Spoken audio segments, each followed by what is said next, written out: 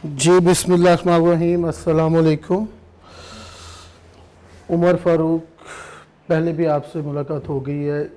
ये जो सिलसिला हमने स्टार्ट किया था कैफ 6 मैनेजरियल फाइनेंशियल एनालिसिस, आपकी फ़र्स्ट क्लास इस पे पहले मैंने कर दी और आपको एक जो इम्पोर्टेंट बात बताई थी वो ये थी कि ये जो चैप्टर है जिसको मैंने डिस्कस करना शुरू किया, यहाँ से कंफर्म एक क्वेश्चन आना। तो उस दिन हमने डिस्कस किया इसके सारे थ्योरेटिकल प्रोसीजर को और हम यहाँ तक पहुँच गए थे, बल्कि हमने एक एग्जांपल भी खुद की कि एनपीवी की एप्लीकेशन किस तरह हमने करनी है, इसके पीछे कौन कौन से स्टेप्स इन्वॉल्व हैं। मेथड हमारा नेट प्रेजेंट वैल्यू मेथड, जिसके स्टेप्स हमने 4 पढ़े थे कि सबसे पहले हमने कैश फ्लोज को लिस्ट करना और इनफ्लोज और आउटफ्लोज को हमने प्रोजेक्ट करना। किस बेस पे? अपनी रेलेवेंट कॉस्टिंग प्रिंसिपल्स की बेस पे, कि वो जो कैपिटल एक्सपेंडिचर हम करने जा रहे हैं, जो प्रोजेक्ट के अंदर हम इन्वेस्ट करने जा रहे हैं, वहाँ जो फिक्स्ड एसेट खरीदेंगे या कोई हम प्रोडक्ट लॉन्च करने जा रहे हैं, तो उसके लिए जो भी फैसिलिटीज़ चाहिए उसमें हमारा कैश आउटफ्लो कितनी आएगी।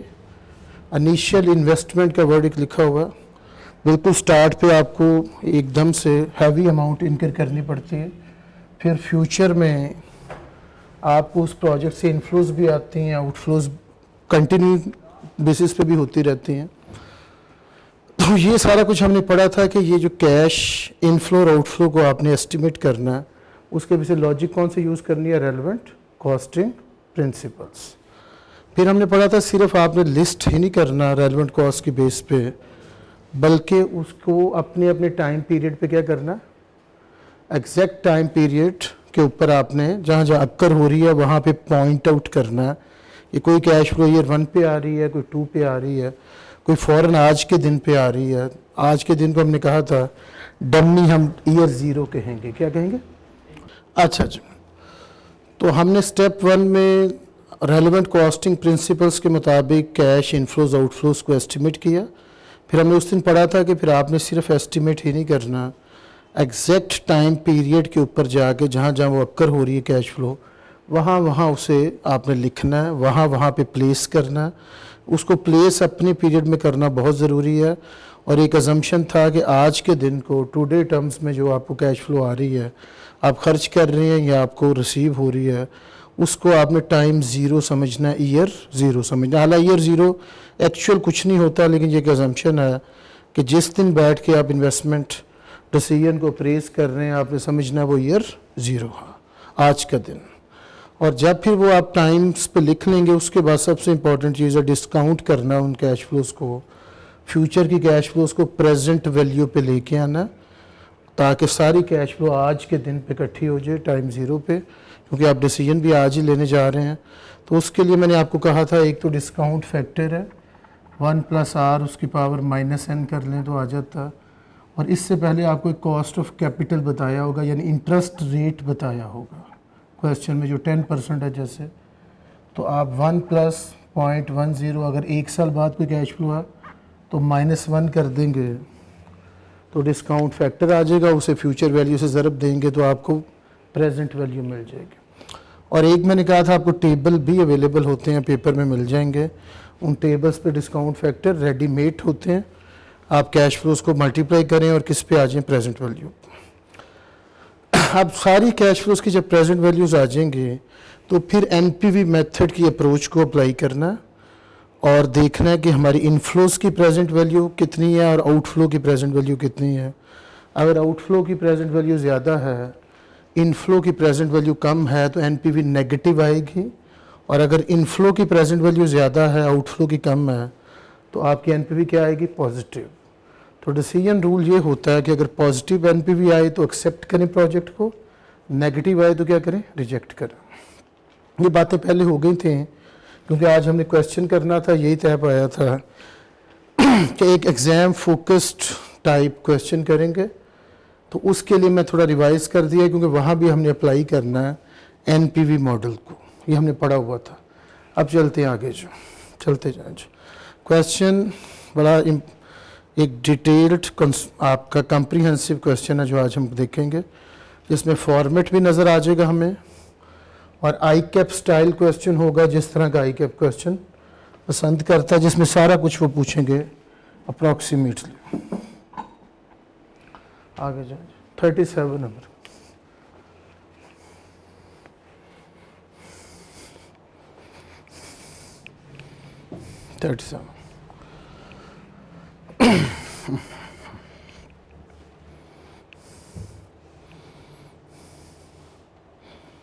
ऊपर ही होगा 37 का। ये थोड़ा सा, हाँ 36, ठीक है। अच्छा जी, आपकी आई कैप की बुक में एग्जाम्पल नंबर 36 है। ये बड़ी इंपॉर्टेंट, बड़ी अच्छी एग्जाम्पल है। इससे अगर एनपीवी को समझना चाहें तो जितने पॉइंट्स हमने पढ़े हैं उनको दोबारा आराम से एग्जामिनेशन पॉइंट ऑफ व्यू से हम कवर कर सकते हैं। तो इस क्वेश्चन को अगर मैं रीड आउट कर रहा हूँ, आप सुनिएगा और फिर इसके ऊपर सारे स्टेप्स अप्लाई करेंगे, देखेंगे कि ये किस तरीके से सॉल्व होगा और हमें एनपीवी तक ले जाएगा। तो लिखा ये हुआ जी, consolidated oil wants to explore for oil near the coast of Rutania. The Rutanian government is prepared to grant an exploration license for a 5-year period for a fee of rupees 3 lakh per annum. The license fee is payable at the start of each year. The option to buy the license must be taken immediately or another company will be granted the license. If it does take the license now, Consolidated Oil will not start its operation until the beginning of second year. फिर उसके बाद है जो carry out the exploration work, the company will have to buy equipment now. This would cost rupees 10.4 million, यानी 1 crore 4 lakh, with 50% payable immediately and the other 50% payable 1 year later.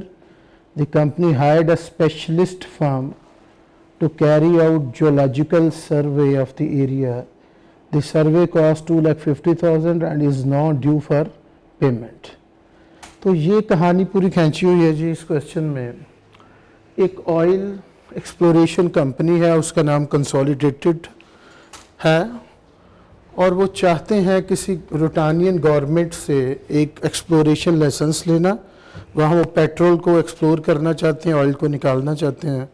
तो उस country की government उनको लाइसेंस ऑफ़र कर रही है, लेकिन वो ये कह रहे हैं कि 5 साल के लिए आपको लाइसेंस हम देंगे, हर साल की फ़ीस लाइसेंस की 3 लाख है, और साथ ये शर्त भी है कि अगर आप एक्सरसाइज करना चाहते हैं ऑप्शन तो फ़ौरन ले लें, वरना कोई और कंपनी भी चाह रही है कि उन्हें लाइसेंस दे दिया जाए तो फिर गवर्नमेंट उसको भी ग्रांट कर सकती है। और नीचे ये भी बता दिया कि अगर आप लाइसेंस ले लेंगे तो ये एक्सप्लोरेशन वर्क के लिए जो आपको काम करने के लिए मशीनरी ख़रीदनी है, इक्विपमेंट ख़रीदनी है, वो आपको ख़ुद ख़रीदनी पड़ेगी। 1 करोड़ 4 लाख की आएगी। 50% फ़ौरन पे करेंगे आप मशीन का, और 50% आप 1 साल बाद पे करेंगे। और उससे पहले आपने उस साइट को चेक करने के लिए जियोलॉजिकल सर्वे भी किसी फर्म से करवाया, क्योंकि पेट्रोल निकालने से पहले चेक करेंगे ज़मीन को। वो सर्वे की कॉस्ट भी 2.5 लाख आ गई है, और अब पेमेंट ड्यू हुई है, यानी वो स्पेशलिस्ट फर्म ने सर्वे कर चुके हैं, अब पेमेंट ड्यू हो गई है। ये कहानी है सारी। और एक बात बड़ी इंपॉर्टेंट थी कि अगर आप लाइसेंस ले भी लेंगे तो फ़ौरन ऑयल एक्सप्लोर करना शुरू नहीं कर देंगे। सेकंड ईयर के स्टार्ट से ये काम शुरू होगा। पहले उसके सारी प्लानिंग और साइट प्रिपरेशन होगी। एक्सप्लोरेशन का काम कब गया होगा? दूसरे साल के स्टार्ट पे। नीचे चले, नीचे जो उन्होंने एक एक्सपेक्टेड अकाउंट्स बनाए हुए हैं कि अगर ये हम प्रोजेक्ट अंडरटेक कर लेते हैं तो ऑयल एक्सप्लोर हम कर लेंगे और दूसरे साल से सेल करना शुरू कर देंगे। 1000 में फिगर है, तो सेल्स दूसरे साल कितनी, तीसरे कितनी, चौथे कितनी, 5वें साल, माइनस एक्सपेंसेस में wages and salaries, material and consumable, license fee, overheads, depreciation, survey costs, written off, interest charges, और इस तरह फिर सारे खर्चे लेस करके ये प्रॉफिट है। ये तो typical profit and loss statement बनाई है, लेकिन हमने तो इसे रेलेवेंट कॉस्टिंग के प्रिंसिपल्स के मुताबिक इवेल्यूएट करना, तो वो हम इंशाल्लाह अपने रूल्स के मुताबिक करेंगे, डाटा यहाँ से उठाएंगे। नीचे बता रहा जी लाइसेंस फ़ी जो दूसरे साल आपको नज़र आ रही है, ऊपर करिएगा थोड़ा सा ऊपर करें, नीचे ऊपर ऊपर ऊपर और ऊपर, बस। ये देखिए लाइसेंस फ़ी 3 लाख थी एक साल की, लेकिन यहाँ 6 लाख नज़र आ रही है पहले साल। दूसरे साल वो कहते हैं जो 6 लाख है ये आपने बिगनिंग ऑफ ईयर 1 की पेमेंट है और बिगनिंग ऑफ ईयर 2 की पेमेंट है, इकट्ठी बता दी आपको 6 लाख, यानी है साल की 3-3 लाख ही है। जो पहले साल के शुरू में खर्च हुई और दूसरे साल के शुरू में उन्होंने मिला के, क्योंकि स्टार्ट ही दूसरे साल से किया ऊपर कीजिएगा, तो उन्होंने जमा करके 6 लाख लिख दी, और बाकी भी ईयरली आगे लिख रहे हैं 3 लाख 3 लाख 3 लाख, लेकिन है एनुअल फीस 3 लाख ही है नीचे जी। उसके बाद कहा जी ओवरहेड्स जो आपके हैं उसमें 1,20,000 ऐसा है जो अपॉर्चमेंट की है आपने हेड ऑफिस कॉस्ट की, यानी वो साइट का खर्चा नहीं है, वो अपॉर्चमेंट है जर्नल एडमिनिस्ट्रेशन कॉस्ट की, और रिमाइंडर ओवरहेड आपके डायरेक्टली प्रोजेक्ट से रिलेट कर रहे हो। ठीक है जी। आगे सर्वे कॉस्ट का कहा हुआ है जी, वो ऑलरेडी फर्म ऑफ स्पेशलिस्ट जो है उन्होंने कर चुके हैं, और ये अब फ्यूचर में इसका कोई लिंक नहीं, ये ऑलरेडी हो चुका है, पास्ट की बात है ये। इक्विपमेंट 1,40,00,000 की जब यूजफुल लाइफ पूरी कर लेगी तो एंड पे रेजिडुअल वैल्यू उसकी 2 मिलियन बताई है, 20 लाख की बेच के आप फ़ायदा कमा सकते हैं, ये कैश फ्लो आपको आ सकती है जी। नीचे क्या जी एक स्पेशलाइज्ड इक्विपमेंट और चाहिए प्रोजेक्ट को अंडरटेक करने के लिए, और ये आपको कंपनी किसी और जगह लॉन्ग टर्म प्रोजेक्ट पे यूज़ कर रही है, किसी और प्रोजेक्ट में। अगर आप इस आइटम को इस प्रोजेक्ट में ले आएंगे तो वहाँ आपको किराए पे मशीनरी लेनी पड़ेगी, और उसका किराया जी 1.5 लाख रुपया। जितनी देर आपने इस मशीनरी को अपनी तरफ लेके आए उतनी देर दूसरी जगह पे मशीनरी जो किराए पे लेंगे उसका किराया 1.5 लाख पड़ेगा आपको। तो ये भी एक अपॉर्चुनिटी कॉस्ट बन जाएगी, अभी मैं बात करूँगा इस पर। वर्किंग कैपिटल इस प्रोजेक्ट में 6.5 लाख चाहिए, at the end of first year आप इनकर करेंगे और टिल ये चलता रहेगा। कंपनी की कॉस्ट ऑफ कैपिटल 10% है, और नीचे वो कह रहा है जी कि आप बताओ ये प्रोजेक्ट हम एनपीवी के रूल्स के मुताबिक एक्सेप्ट करें या रिजेक्ट करें। तो इसको एक लेआउट बनाते हैं और फिर इसमें कैश फ्लोज को पुट करते हैं। सबसे पहले मैंने कहा था एक डमी ईयर आप डालेंगे, दैट इज़ कॉल्ड ईयर 0, आज का दिन। प्रोजेक्ट की लाइफ हमें 5 साल बताई है, ईयर 1। ये फॉर्मेट इसी तरीके से क्वेश्चन होना है, ईयर 2, ईयर 3, ईयर 4 और ईयर 5। साथ उधर भी हम बाद में सोल्यूशन देखेंगे। अच्छा, कैश इनफ्लो और आउटफ्लो हमने लेनी है। सबसे पहले टाइम 0 पे अगर हम देखें, ऊपर आइएगा जी क्वेश्चन, तो आपकी रेलेवेंट कॉस्टिंग प्रिंसिपल्स के मुताबिक 1 करोड़ जो 4 लाख की मशीनरी खरीदनी है उसका 50% आपने फ़ौरन यानी आज ही टाइम 0 पे करना, तो इसका आधा मेरा 52 लाख बनता। तो आपकी जो मशीनरी कॉस्ट है, इक्विपमेंट कॉस्ट है, वो सबसे पहले आएगी। टाइम 0 पे 50%, तो वो बन जाएगी 1 करोड़ 4 लाख का 50% अगर लें तो बनता 52 लाख। ये आपको खर्च करना पड़ेगा। जो नेगेटिव कैश फ्लो होती है उस पर ब्रैकेट डालते हैं, आप खरीदेंगे, और बाकी वो कहते हैं ईयर 1 पे आप पे करेंगे, तो नेक्स्ट वाला 52 लाख ईयर 1 पे आएगा। तो इस तरह 1 करोड़ 4 लाख खर्च होगा, अभी आधा और आधा 1 साल बाद। क्योंकि ये इंक्रीमेंटल कैश फ्लो है, सारी की सारी रेलेवेंट है, इसको हमने रेलेवेंट बनाया। लेकिन जो जियोलॉजिकल सर्वे हो चुका है पास्ट में, उस पे जो 2.5 लाख कॉस्ट आ चुकी है, आप चाहे आप प्रोजेक्ट एक्सेप्ट करें चाहे ना करें, इस 2.5 लाख को आप चेंज नहीं कर सकते। ये पास्ट की कॉस्ट है, संक कॉस्ट है, ये रेलेवेंट नहीं है। इसको प्रोजेक्ट के अंदर आपने अंडरटेक नहीं करना। रेलेवेंट प्रिंसिपल है, रेलेवेंट कॉस्ट वो कॉस्ट होती है जो फ्यूचर की कॉस्ट हो, जो अगर डिसीजन ले तो इनकर हो, डिसीजन ना ले तो इनकर ना हो, और वो इंक्रीमेंटल हो और आपके फैसले के साथ साथ चेंज हो, फैसले के साथ कम हो, फैसले के साथ ज़्यादा हो, इसमें वो कोई खसूसियत नहीं, ये ऑलरेडी इनकर हो चुकी है, तो इसे इग्नोर करेंगे, इसे हमने अंडरटेक नहीं करना। नीचे आइएगा जी। ईयर 2 से हमारे अब देखें प्रोजेक्शन शुरू होगी, हमने कहा सेल्स भी होगी, और सेल्स आपकी बिल्कुल आप पैसे कमाएंगे, तो वो दिया हुआ जी 74 लाख, अगर हम रुपीस में ले आए तो ये 74 लाख। इसी तरह आपका 83 lakh positive cash flow, year 4 में 98 लाख और 58 लाख। अब इसमें से जितनी रेलेवेंट कॉस्ट है वो सारी कैश आउटफ्लो बनेगी, रनिंग कॉस्ट माइनस आप कर रहे हैं वेजेस एंड सैलरीज। तो वेजेस एंड सैलरी जब कुछ ना बताया हो तो हमेशा उसे वेरिएबल कॉस्ट समझते हैं, यानी ये वो मज़दूर है, मुलाजिम है, जिनको आपने डायरेक्टली उस काम पे लगाया, अगर काम ना आता तो ये वेजेस इनकर ना होते, प्रोजेक्ट अंडरटेक हो रहा है तो इनकर हो रहे हैं। अगर वो फिक्स्ड बेस पे बताता तो फिर पहले बता देता, नहीं बताया तो अब ये सारी रेलेवेंट कॉस्ट।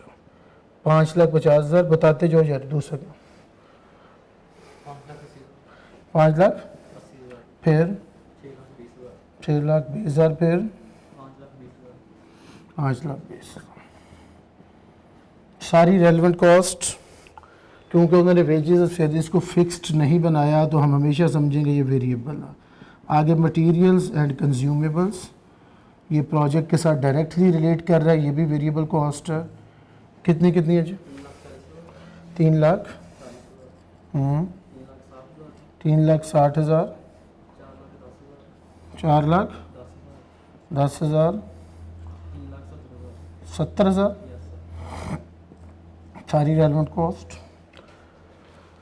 आगे लाइसेंस फी आई, लाइसेंस फी है जी, ये उसने कहा था हर साल 3 लाख होंगे, लेकिन इमीडिएटली आप पे करेंगे। अच्छा, जब उस दिन हमने पढ़ा था तो मैंने कहा था सारी कैश फ्लो को आपने अज्यूम करना है जब तक क्वेश्चन में ना बताए कि वो हर साल के आखिर पे खर्च हो रही है, लेकिन ये भी बताया था कि हर साल का आखिर असल में पिछले साल का शुरू होता।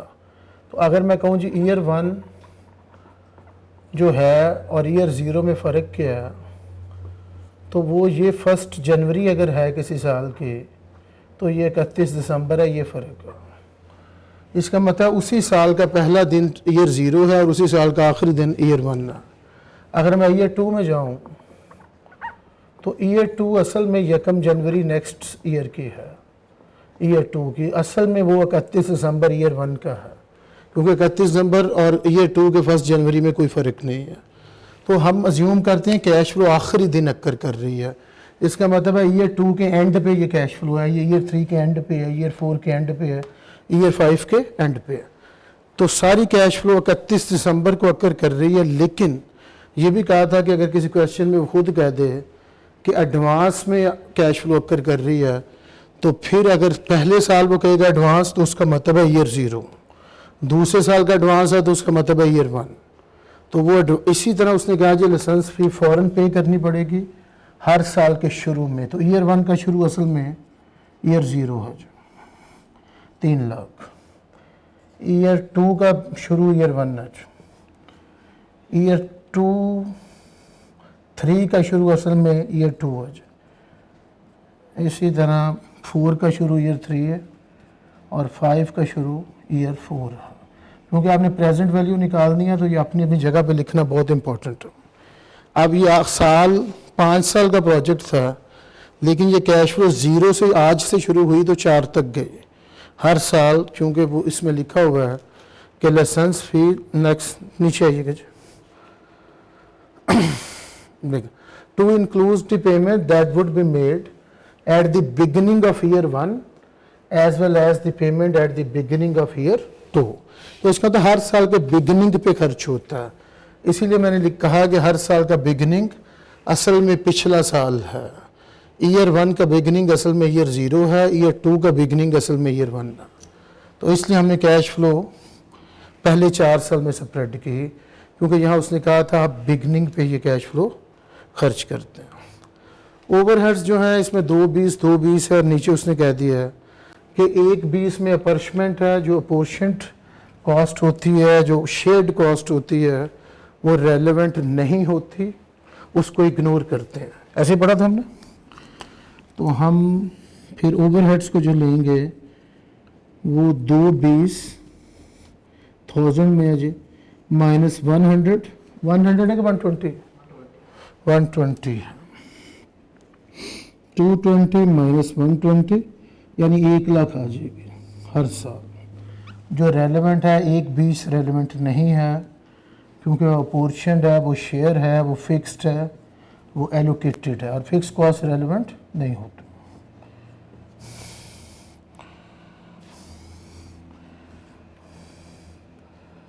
अच्छा, कोई किसी कैश फ्लो के बारे में ना बताया हो तो हमेशा एंड पे इनकर होगी, या 0 पे नहीं सॉरी आएगी, ईयर 1 2 3 4 5 पे आएगी, हर साल की कॉस्ट है।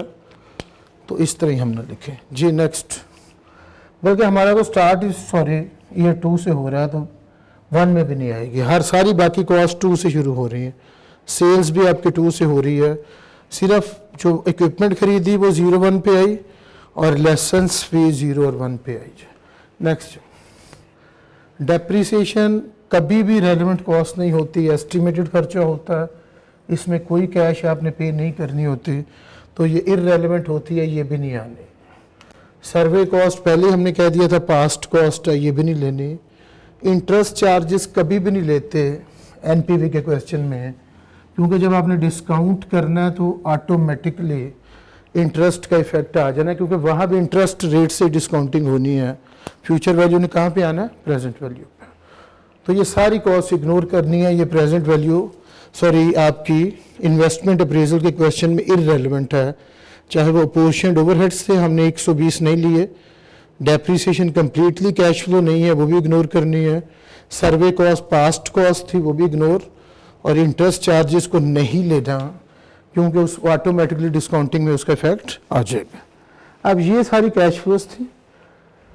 नीचे जब हम गए तो पता लगा जी एक इक्विपमेंट भी आपको नीडेड है, और वो at the end of year 2 चाहिए। करंटली कंपनी किसी और जगह यूज़ कर रही थी, अगर आप इसको ले आएंगे अपने इस प्रोजेक्ट पे तो वहाँ मशीनरी 1.5 लाख पे किराए पे लेनी पड़ेगी। ये बन गई अपॉर्चुनिटी कॉस्ट, और अपॉर्चुनिटी कॉस्ट ऑलवेज रेलेवेंट होती है।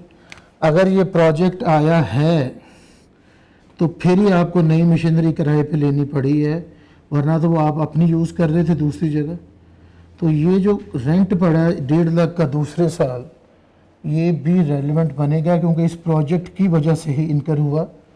हम कभी भी इधर मशीनरी ना लाते, वो जो हम यूज़ कर रहे थे, अगर ये प्रोजेक्ट ना आता, ये प्रोजेक्ट आया, इक्विपमेंट दूसरी जगह से आपने इधर डाइवर्ट की, तो दूसरी जगह ये खर्चा 1.5 लाख का हमें इनकर करना पड़ा। तो ये कॉस्ट क्या बन गई? Relevant cost. Opportunity cost is always relevant. फिर क्या है जी working capital. Working capital always, उस दिन भी कहा था कि प्रोजेक्ट का वर्किंग कैपिटल स्टार्ट पे इनकर होता, और एजम्पशन है प्रोजेक्ट के एंड पे पूरा वापस आ जाएगा। इसमें अब उसने खुद कह दिया at the end of first year होगा, वरना हम टाइम 0 पे लेते। अब कह दिया तो फिर हम ईयर 1 पे लेंगे। वो कह रहा जी 6.5 लाख इनकर होगा, खर्च होगा, ब्रैकेट में आएगा, और फिर प्रोजेक्ट के एंड पे हमेशा अजम्पशन होती है ये पॉजिटिव हो के वापस आ जाएगा। वर्किंग कैपिटल में ये अजम्पशन है। कॉस्ट ऑफ कैपिटल कह रहा है जी 10% है। अब मेरा ख्याल हमने रेलेवेंट कॉस्टिंग के प्रिंसिपल्स को अप्लाई किया, सारी कैश फ्लो जो रेलेवेंट थी वो लिख दी, और अपने अपने टाइम पीरियड पे लिखी। कुछ टाइम 0 पे, कुछ टाइम 1 पे। टाइम मीन्स ईयर है, year 0, year 1, year 2, year 3, year 4, year 5। अब हमने नेक्स्ट स्टेप 2 कर लिए हैं। इसके बाद हम नेट कैश फ्लोज निकालते हैं। क्या निकालते हैं? Net cash flows.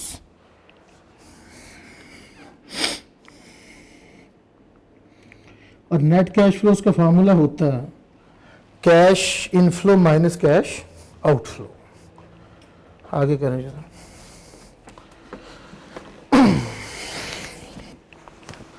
हाँ जी, ये आ जाओ नीचे आओ। ये देखिएगा जी भाई, सोल्यूशन 1000 में है, मैंने उधर रुपीज़ में लिखे। ये देखें वही कैश फ्लोज जो हमने ड्रॉ किए वही उसने की, और इक्विपमेंट हमने पहले लिखी उसने बाद में, इससे कोई फ़र्क नहीं पड़ता। उसके बाद वो नेट कर रहा है जी। तो ईयर 0 पे 55 लाख की नेगेटिव बनी, एक आपकी लाइसेंस फी और एक आधी अमाउंट इक्विपमेंट की। ईयर 1 में इक्विपमेंट, लाइसेंस फी और वर्किंग कैपिटल 6150 नेगेटिव बना, और फिर बाकी सालों में पॉजिटिव कैश फ्लो, सेल्स की अमाउंट ज़्यादा और ख़र्चों की अमाउंट कम है, लेस करके 5960 पॉजिटिव, 6960 पॉजिटिव, 8370 पॉजिटिव और 7460 पॉजिटिव। ये नेट कैश फ्लोज हैं। अगर मैं उधर निकालूंगा तो यही फिगर्स हैं, वो रुपीज़ में आ जाएंगे। लेआउट यही आपने बनाना है, इसी तरीके से कैश फ्लो को एक्सट्रैक्ट करना है। और जब कैश फ्लो पूरी लिख लें तो मेन स्टेप ये है कि नेट कैश फ्लो पे आना। नेट कैश फ्लो क्या है? कैश इनफ्लो और आउटफ्लो का फ़र्क। क्योंकि पहले 2 सालों में है ही आउटफ्लो थी, तो माइनस माइनस जमा हो गया, यहाँ भी माइनस माइनस सारा जमा हो गया, और जहाँ पे प्लस माइनस था प्लस में से माइनस लेस हो गया। तो ये हमारी कैश आउटफ्लो और क्या बन गई? इनफ्लो। के फ़र्क से क्या आ गई? Net cash flow. इसे क्या कहते हैं? नेट। इधर मैं लिख देता हूँ आपको, ये जो फिगर आई है आपने लिखनी करनी है हमेशा, इसे कहते हैं नेट कैश फ्लोज। तो 2 स्टेप्स अप्लाई किए। पहले लिस्ट की cash flows according to the relevant costing principles, उन्हें एग्जैक्ट टाइम पीरियड पे प्लेस किया, और फिर उन्हें जमा तफरीक करके क्या निकाल लिया? Net cash flows. अब क्योंकि सेपरेट हो गई अपने अपने साल पे, तो हमारा तो प्रिंसिपल है सबको आज की टर्म्स पे लेके आना, 0 पे लेके आना है। तो फिर discount factor 10% cost of capital question में दिया था, वो जो मैंने फार्मूला लिखा 1 + r - n की पावर, उसके साथ अगर -1 पावर लें तो फैक्टर आता 0.909 पहले साल। 0 तो पहले ही आज है, आज को तो आज में कन्वर्ट नहीं ना करना, उसका फैक्टर हमेशा 1 होता है। आपने इन सब को भी इस 1 पे ले, उसके लिए आपने इस ईयर 1 का फैक्टर निकाला -1 पावर के साथ, ईयर 2 का निकाला 0.826 आया, ईयर 3 का 0.751, ईयर 4 का 0.683 और ईयर 5 का 0.621। ये सारा आपने इसी फार्मूले से किया। यहाँ टेबल में आपको दिया होगा 1 + 0.10 कॉस्ट ऑफ कैपिटल -1 -2। अच्छा, कैलकुलेटर में ज़्यादा बड़ी फिगर आएगी, लेकिन राउंडेड पॉइंट के बाद 3 तक करना, क्योंकि टेबल 3 तक का है। किसका जी? 3 तक का। बेहतर है टेबल पेपर में मिल जाए तो वो यूज़ कर लिया करें। उस दिन भी कहा था मजबूर होंगे टेबल ना यूज़ करने के जब आपको पॉइंट्स में इंटरेस्ट रेट दे दिया जाए, जैसे 8.5% है, तो अब टेबल आपको फैसिलिटेट नहीं करता, वो राउंडेड में करता है 1 3 2 3 4 5 6 इस तरह के इंटरेस्ट रेट हों, 20 तक मेरा कल गिवन होता। अच्छा, अब आपने डिस्काउंट फैक्टर लिख दिया और नेट कैश फ्लो को डिस्काउंट फैक्टर से ज़रब देनी है। अब 5500 को 1 से ज़रब दी तो प्रेजेंट वैल्यू 5500 आ गई, फ्यूचर वैल्यू प्रेजेंट वैल्यू में कन्वर्ट हो रही है। 6150 को 0.909 से दी तो 55 90 आ गया। फिर 5960 को 0.826 से दी तो 4923। इसी तरह आपने हर फ्यूचर वैल्यू को डिस्काउंट फैक्टर से ज़रब दे के उसकी प्रेजेंट वैल्यू निकाल ले, और जब आपने सम किया एंड पे 2 आपकी आउटफ्लोज हैं ब्रैकेट में, 4 इनफ्लोज हैं, इनको नेट किया तो वो एनपीवी आ गई 94,09,000।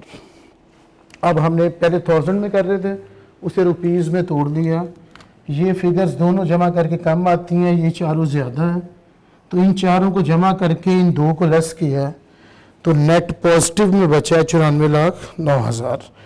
एनपीवी हमारी पॉजिटिव आ गई। इसका मतलब क्या है कि अगर हम ये प्रोजेक्ट अंडरटेक करेंगे तो फर्म की वैल्यू में, कंपनी की वैल्यू में कितना इजाफा आएगा? 94,09,000 का। तो ये प्रोजेक्ट क्या करना चाहिए? एक्सेप्ट। अगर ये नेगेटिव आती तो प्रोजेक्ट को क्या करना था? रिजेक्ट। तो डिसीजन क्राइटेरिया आपका इस आंसर पे है और हमारा आंसर बहुत अच्छा पॉजिटिव आया, काफ़ी अच्छी वैल्यू इंक्रीज़ करेगी। तो ऑब्वियसली कंसोलिडेटेड ऑयल जो कंपनी है उसे ये प्रोजेक्ट अंडरटेक करना चाहिए। अच्छा, ये क्योंकि फिजिबिलिटी स्टडी होती है, आप कोई भी प्रोजेक्ट बड़े बड़े जितने गवर्नमेंट के हैं या प्राइवेट सेक्टर वाले भी करते हैं, सब पहले ये अप्रेजल करते हैं, फिर पैसा लगाते हैं कि क्या पैसा उनका लगाना फिजिबल है या नहीं है। तो एनपीवी से पूछा जाता है क्वेश्चन आपसे, या एक और तरीका है उसे कहते हैं IRR, internal rate of return. अच्छा, कई दफ़ा एक ही क्वेश्चन में दोनों तरीके पूछ लेता है, तो फिर आपको क्या करना पड़ेगा, उसके लिए बड़ी आसान टेक्निक बताऊंगा कि एक फार्मूला भी देखेंगे आईआरआर का, इंटरपोलेशन मैथमेटिकल फार्मूला। उससे पहले इसी क्वेश्चन में अगर वो दिया भी होता तो आपने एनपीवी को दो लेवल्स पे निकालना होता है। किस लेवल पे? दो डिस्काउंट फैक्टर्स के ऊपर। एक तो चलो जो गिवन है 10%, उस पे पॉजिटिव आई, दूसरी आपने कोशिश करनी है कि दूसरी एनपीवी नेगेटिव आए। क्या है जी? नेगेटिव। उसके लिए हमेशा, क्योंकि पेपर में तो आप हिट एंड ट्रायल करते रहेंगे तो मुश्किल होगा, आप डबल डिस्काउंट रेट यूज़ कर लें उसको नेगेटिव करने के लिए, यानी 20% यूज़ कर लें। लेकिन ये हमेशा नेगेटिव करने के लिए इतनी एफर्ट ही करनी है, कोशिश करनी है, नहीं नेगेटिव होगा तो ना से। होता यही है कि हायर इंटरेस्ट रेट अप्लाई करें तो एनपीवी नेगेटिव आती है, लोअर रेट अप्लाई करें तो क्या आती है? पॉजिटिव आती है। अच्छा, अगर हम 20% से डिस्काउंट फैक्टर निकालते हैं और फिर इसी कैश फ्लो को उन डिस्काउंट फैक्टर से ज़रब देते हैं तो एक और लाइन प्रेजेंट वैल्यूज़ की आ जाती, फिर उसकी एनपीवी निकालते हैं तो वो कोशिश थी कि नेगेटिव हो जाती, हो सकता है वो फिर नेगेटिव ना हो। लेकिन अगर ना भी हो तो आपने क्वेश्चन करना फिर भी। ये बस एक एक्सरसाइज है और उसको हम अगर डमी तरीके से, अब मैं अभी कैलकुलेटर नहीं है जिससे हम इस डिस्काउंट फैक्टर है जो अवेलेबल, तो मैं अज्यूम कर रहा हूँ आपको से प्रोसीजर समझाने के लिए, टाइम 0 पे तो 1 ही होती है जो। अगर 20% है तो फिर ऑब्वियसली आपकी और ये कम आएगी। मैं सपोज करता हूँ ये 5 आपकी 6 to 8 बन गया, ये सारा अजम्पशन है। 0.512, 0.498, 0.381 और 0.2291 कर ले, 292 कर लेते हैं। इस तरह के डिस्काउंट फैक्टर आते हैं। तो फिर आपने पूरा क्वेश्चन दोबारा नहीं करना, आपने सिर्फ यहीं से स्टार्ट करना, नेट कैश फ्लो से, और हायर डबल रेट के डिस्काउंट फैक्टर से ज़रूरत देनी है। ये मल्टीप्लाई कर सकते हैं जी, आपके पास है कुछ? नहीं है? चलें जी, 5500, ये तो टाइम 0 पे था, यही आना था। 6150.628 से ज़रब खाए तो हम अज्यूम कर लेते हैं जी ये आती 4530 नेगेटिव। ये वाली आ जाती है आपकी 4112, सारा कुछ असम्पशन है। ये आपकी आ जाती 3813, ये आपकी आ जाती जी 4189, और ये जो 4633 है ये आपकी आ जाती 3785। इस तरह के अगर कोई कैश फ्लोज होते हैं और उसके बेस पे हम दोबारा नेट करते, अगर जमा तफरीक कर सकते हैं। अच्छा, ये सारी फिगर्स जी हम डमी डालनी थी और मैं इसको अप्लाई करके कहता हूँ जी एक डमी एनपीवी एक और आई, अजम्पशन है सिर्फ, और वो भी लग रहा है कि वो पॉजिटिव ही होनी है क्योंकि 7 और 11 और 14 और ये थोड़ा बन रहा है, और मैं इसकी फिगर को अज्यूम करता हूँ कि ये प्लस में आई और आई आपकी 49,28,000 सपोज करें, इतनी आ गई, कम आई लेकिन नेगेटिव नहीं हुई। अब ये हमने ट्राई किया नेगेटिव करने का, नहीं हुए, बहरहाल इसके पीछे नहीं पड़ जाना, फिर आपने आईआरआर का फार्मूला लगाना। आईआरआर का फार्मूला होता है ए प्लस एनपीवी एट ए, एनपीवी के नीचे लिख देते हैं ए ऐसे छोटा करके, डिवाइड कर देते हैं एनपीवी एट ए माइनस एनपीवी एट बी, और फिर ज़रब देते हैं बी माइनस ए से। अब इसमें ए होता है lower rate, discount rate, cost of capital, और बी होता है आपका हायर रेट। क्या होता है जी? Higher cost of capital. अच्छा, अगर हम अपने क्वेश्चन में देखें तो हमने लोअर रेट कितना यूज़ किया? 10%। हायर कितना किया? 20%। और दोनों पे एनपीवी एक तो बिल्कुल एग्जैक्ट है, एक हमने अज्यूम्ड की प्रोसीजर समझने के लिए।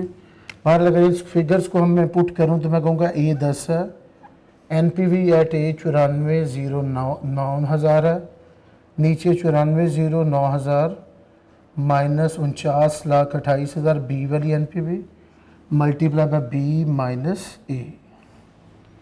इस तरह करके मैं कुछ करता और इसके बाद फार्मूले को सॉल्व करते, नीचे वाला पहले माइनस होता, फिर ये डिवाइड करते, फिर ज़रब देते। ये बी वाला भी जो है इसको भी लिख लेते हैं, बी में आपका 20 माइनस 10 आएगा, हायर रेट 20 है और लोअर रेट क्या? 10 है।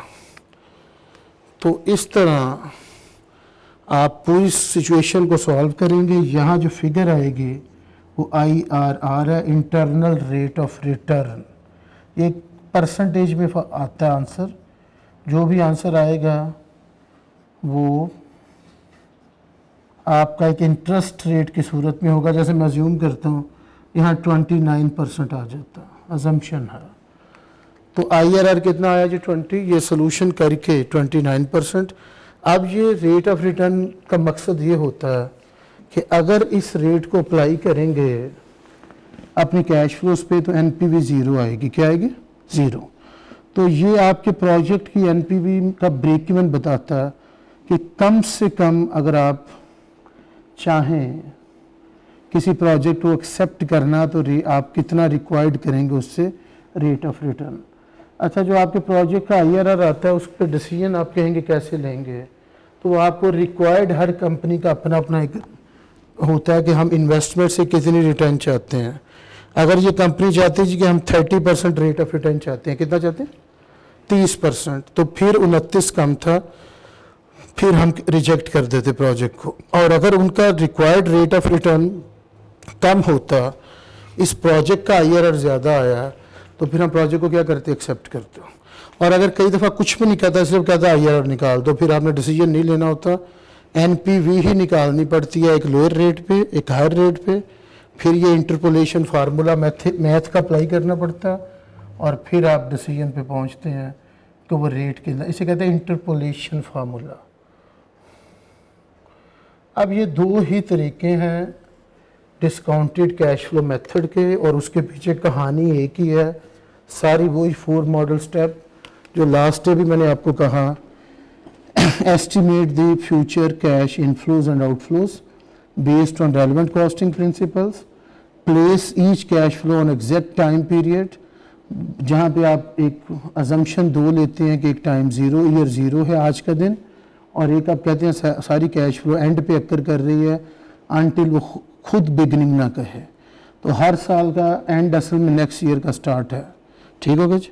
और फिर उसके बाद डिस्काउंट फैक्टर लेने हैं कॉस्ट ऑफ कैपिटल के मुताबिक, वो आपको टेबल भी गिवन होता है, एग्जामिनर दे देते हैं आपको।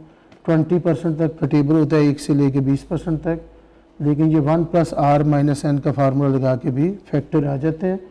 फिर आप दोनों पहले स्टेप लगा के पहले नेट कैश फ्लो करते हैं, cash inflow minus cash outflow, ज़रब देते हैं आप डिस्काउंट फैक्टर से, और आ जाती है प्रेजेंट वैल्यू। और फिर एनपीवी का फार्मूला लगाते हैं कि क्या पॉजिटिव प्रेजेंट वैल्यू ज़्यादा है या नेगेटिव। अगर पॉजिटिव इनफ्लो ज़्यादा हो नेगेटिव इनफ्लो से तो एनपीवी क्या आती है? पॉजिटिव। और अगर नेगेटिव कैश फ्लोज की प्रेजेंट वैल्यू ज़्यादा हो पॉजिटिव कैश फ्लो की प्रेजेंट वैल्यू से तो क्या आती है? Negative NPV. एनपीवी नेगेटिव आएगी तो आपका एक्सेप्ट करना प्रोजेक्ट, और आपकी नेगेटिव आए तो रिजेक्ट करना, पॉजिटिव आए तो क्या करना? एक्सेप्ट करना। और अगर क्वेश्चन में IRR पूछ ले तो फिर अगर पहली एनपीवी आपके रेट पे पॉजिटिव आई है तो डबल रेट अप्लाई करके नेगेटिव पे जाने की कोशिश करें। हमारे क्वेश्चन में नेगेटिव नहीं भी हुआ फिर भी क्वेश्चन हो गया, क्वेश्चन तो फिर भी हो जाएगा चाहे नेगेटिव ना हो। अगर दूसरी कैश फ्लो एनपीवी नेगेटिव हो जाए तो ये देखें में पहले भी नेगेटिव है, अगर ये भी नेगेटिव माइनस माइनस प्लस हो जाता मैथ में जैसे होता, हमें वो नहीं करना पड़ा क्योंकि हमारी दूसरी भी पॉजिटिव आई थी। तो इससे एहतियात करने की कोशिश करें, नेगेटिव आ जाए माइनस माइनस प्लस करें, ये दोनों चीज़ें प्लस हो जाएंगी, फिर डिवाइड होगा, फिर ज़रब खाएगा और एंड पे क्या होगा, जमा होगा। और IRR कौन सा रेट है जिसमें एनपीवी आपकी जो है सॉरी आपका जो प्रोजेक्ट है उसकी एनपीवी आती है 0। इसका डिसीजन क्राइटेरिया क्या होता है कि अगर आपका रिक्वायर्ड रेट ऑफ रिटर्न आपकी IRR से ज़्यादा है तो रिजेक्ट कर दें, और रिक्वायर्ड रेट ऑफ रिटर्न अगर कम है IRR से तो एक्सेप्ट कर दें। तो ये सिर्फ 2 मेथड हैं जी। इस चैप्टर में तकरीबन क्वेश्चन आने का चांस है। ये क्वेश्चन बहुत अच्छा था, ये 36 जो किया है इसको रिवाइज कीजिएगा। इसके बाद सिर्फ इस टॉपिक में 2 चीज़ें और बचती हैं, ब्रीफली मैं बता देता हूँ। एक होती है इन्फ्लेशन का इफ़ेक्ट। तो ये जो कैश फ्लोज आज बैठ के आप एस्टिमेट कर रहे हैं, फ्यूचर में देखें जैसे पाकिस्तान में हर दिन अब महंगाई हो रही है, पेट्रोल ऊपर जाता है कभी नीचे, बाकी चीज़ें भी, तो वो जो सेल्स और सारी फिगर्स हैं कॉस्ट की, इन पे इन्फ्लेशन का इफ़ेक्ट आ सकता। तो अगर आप आज बैठ के इन्फ्लेशन को एक्सपेक्ट कर रहे हैं कि 10% से सेल्स हर साल बढ़ेगी, आज की फिगर्स हैं, या 5% से मटीरियल बढ़ेगा, या 7% से लेबर कॉस्ट बढ़ेगी, तो ठीक है, सब चीज़ों को इन्फ्लेशन से बढ़ा दें। इन्फ्लेशन का फार्मूला होता है, इन्फ्लेशन रेट दिया होता है, आप उसे 1+R करें, उसकी पावर I ले लें। अगर इन्फ्लेशन की रेट होता है इंटरेस्ट रेट टाइप ही, और वो पावर ऊपर पॉजिटिव n दे दें। अगर पहले साल 10% बढ़ रहा है तो आप पावर क्या ले लें, 1%। दूसरे साल के लिए बेस वैल्यू किससे ज़रूरत दे दें, 1+I की पावर 2 से। जब कैश फ्लोज इन्फ्लेट हो जाएं तो फिर आपने डिस्काउंट रेट जो लेना है वो भी बैंक रेट हो, उसे कहते हैं मनी डिस्काउंट रेट या नॉमिनल डिस्काउंट रेट। तो रूल ये बनता है कि अगर कैश फ्लो इन्फ्लेटेड है तो डिस्काउंट रेट में के अंदर भी इन्फ्लेशन का इफेक्ट होना चाहिए। आपका जो इंटरेस्ट रेट होता है वो उसमें डिस्काउंट रेट में भी इन्फ्लेशन इफेक्ट कर दिया। महंगाई ज़्यादा हो तो इंटरेस्ट का रेट भी ज़्यादा होता है उस मुल्क में, महंगाई कम हो तो इंटरेस्ट रेट भी क्या होता है, कम होता।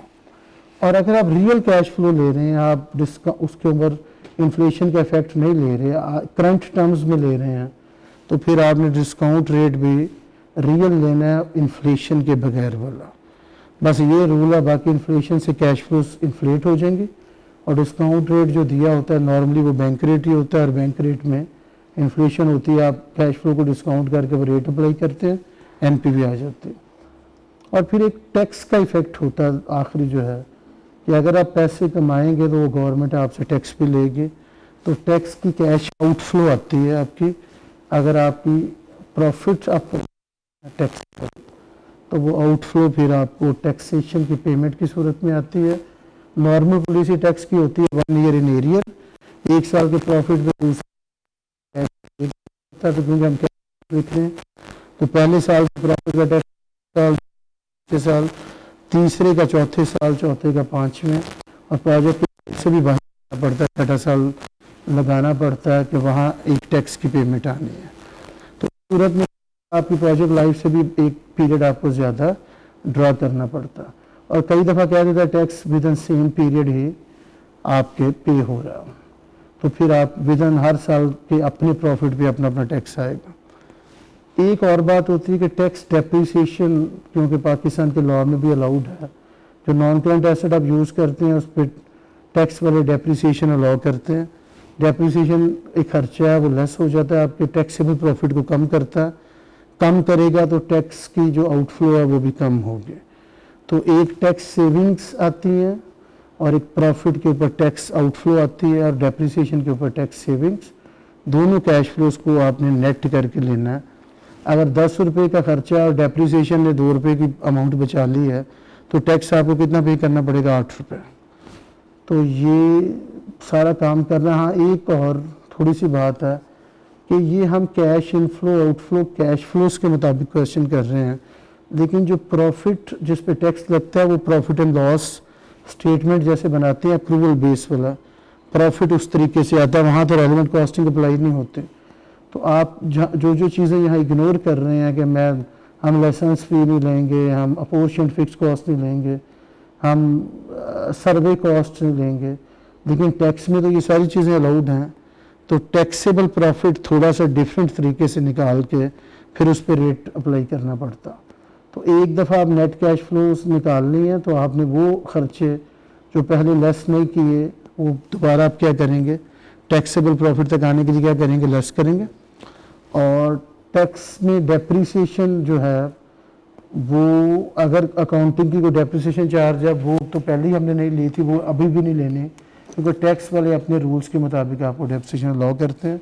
वो फिर क्वेश्चन में डाटा दिया होगा वो हम लेस कर लेंगे और बाकी खर्चों को भी प्रॉफिट के मुताबिक लेस करके टैक्सेबल प्रॉफिट तक आएंगे और फिर आपके रिज़ल्ट एनपीवी की सूरत में आएगा।